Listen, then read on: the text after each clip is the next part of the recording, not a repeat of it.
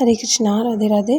तो स्वागत है आपका मेरे वीडियो में। और आज मैं शेयर करने वाली हूँ एकादशी, परमा एकादशी की सिंपल पूजन विधि। तो अभी एकादशी रहेगी 11 जून को, है ना।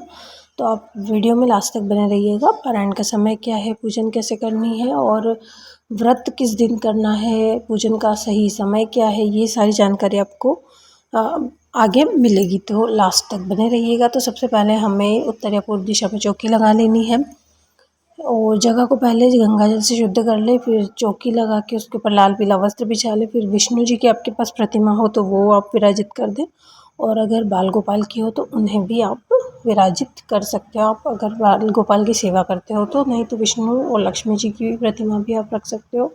उसके अलावा गणपति जी को आपको ज़रूर से स्थान देना है। तो यहाँ पर मैंने कलावा लपेट की सुपारी के गणपति जी को स्थान दिया है पूजन में। और यहाँ पर एकादशी के दिन हमें चावल का यूज़ नहीं करना, तो इसमें मैंने सभी विग्रहों के नीचे तिल, मतलब उनको तिल का आसन दिया है। आपके पास पुष्प हो तो आप पुष्प का भी दे सकते हो।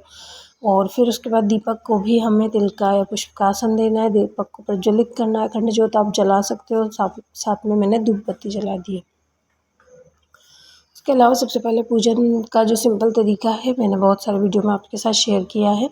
सबसे पहले हम स्नान स्वरूप गंगा जल या जल, सिंपल जल से स्नान का भाव रखते हुए जल चढ़ाना है। उसके बाद जल चढ़ाने के बाद वस्त्र रूपी कलावा हमें अर्पित करना है। गणपति जी को हम जनेऊ चढ़ा सकते हैं। और उसके बाद हमें टीका चंदन करना है सभी को। फिर तिल अर्पित करने हैं। तिल अर्पित करने के बाद हमें पुष्प अर्पित करने हैं। पुष्प के बाद जो भी सीजन का फल है आपके पास वो आप अर्पित कर सकते हो। आप सूखा नारियल या पानी वाला नारियल, या फिर मौसम के जो फल है जैसे आम, केले, तरबूज, खरबूज, सभी फलों में से, मतलब इन्हीं फलों में से कोई भी फल आप अर्पित कर सकते हो अपनी सुविधा के अनुसार। मीठे में आप प्रसाद अर्पित कर सकते हो, बतासा, मिठाई। इसके अलावा दक्षिणा आपको ज़रूर रखनी है। कोई भी भूल चूक के लिए हमें दक्षिणा ज़रूर से रखनी होती है। फिर बाद में आप ये किसी को भी दे सकते हो। और हाथ में जल, पुष्प और तिल लेकर आप व्रत का संकल्प ले कि हे प्रभु, मैं आपकी प्रसन्नता के लिए ये व्रत कर रहा हूँ, तो मेरे व्रत को सार्थक और सफल बनाइएगा। उसके अलावा जो एकादशी है, परमा एकादशी, ये पुरुषोत्तम मास की एकादशी है और 3 साल में एक बार आती है। तो इसका व्रत आपको ज़रूर से करना है। अगर आपने पिछली एकादशी का नहीं भी किया है तो भी इस एकादशी का करने से आपकी दरिद्रता और घर में सुख समृद्धि आएगी, दरिद्रता दूर होगी। तो ये व्रत आप ज़रूर से कर सकते हो।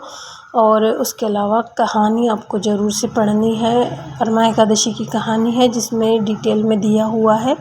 और एकादशी के, जैसे एकादशी, परमा एकादशी से अमावस्या तक के 5 दिन शेष रहेंगे पुरुषोत्तम मास के, तो आपने पंच व्रत भी कर सकते हो इसमें, जिसमें पूरे आपको पुरुषोत्तम मास का फल मिलेगा।